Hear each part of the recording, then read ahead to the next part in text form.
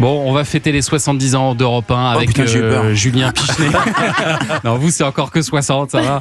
Julien Pichenet qui ressort en podcast quelques grands moments de l'histoire de notre station. Et chaque jour, vous nous diffusez un moment marquant de ces 7 décennies. Et vous viendrez comme ça à l'occasion nous en présenter quelques-uns comme aujourd'hui. Oui, comme aujourd'hui, parce que j'ai du lourd pour cette semaine. Est-ce que vous saviez que Jacques Brel avait été animateur sur Europe 1 C'est vrai pendant 4 saisons. 4 saisons entre 61 et 65. Il y avait une série qui s'appelait Ce soir j'attends Madeleine, un rendez-vous autour de la musique classique qui s'appelait Madame la musique, et surtout, je vous ai apporté des chansons.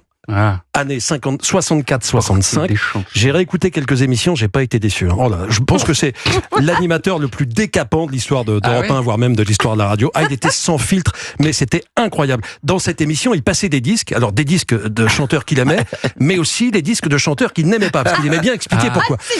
Déjà, tout d'abord, c'est un bon concept pour vous, Pascal. Ouais, non, c'est pour vous donner le ton. Voilà comment on va faire. Mais moi, j'aime tous les chanteurs. Pardon. Et même Pierre Garnier, que j'adore aussi. C'est quand même incroyable. Je lis des choses dans la presse, mais c'est vraiment dégueulasse. Enfin, c'est pas possible. Ça. Ils s'en foutaient un petit peu. Il était tellement sans filtre pendant ces émissions que visiblement les auditeurs voulaient lui casser la figure. Écoutez comment il terminait ses émissions.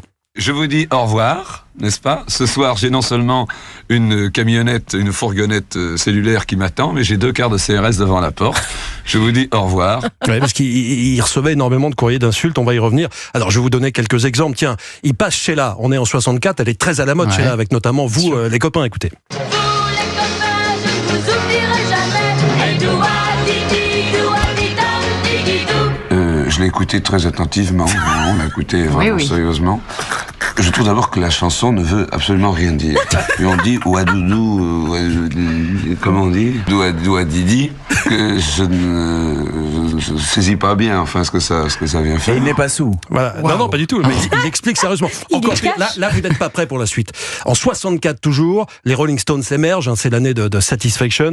Écoutez ce qu'il dit des Rolling Stones. On parlait cheveux tout à l'heure, ça va vous intéresser, Pascal Obispo. Ce sont des jeunes gens qui... Enfin, moi, je les ai vus en coulisses comme ça, à la pied, ils sont sales. Ils sont vraiment dégueulasses.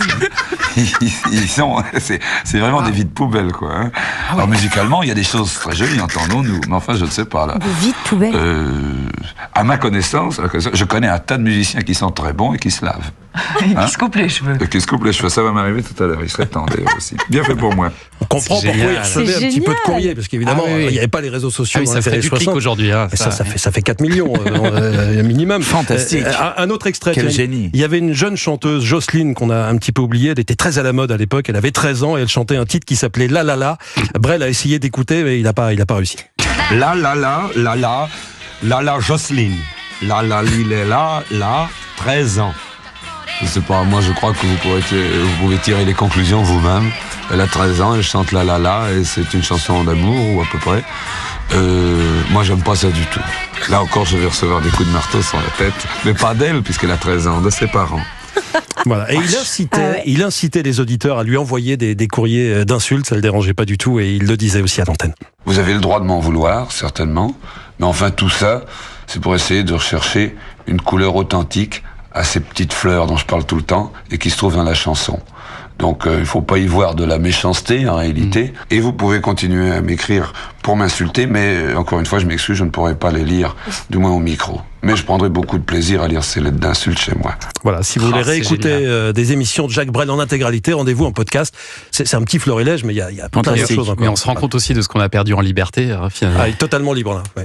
On a le droit d'être en correspondance ou pas avec des artistes et des chansons, en fait, c'est ça. Oui, bien sûr. Et c'est très beau.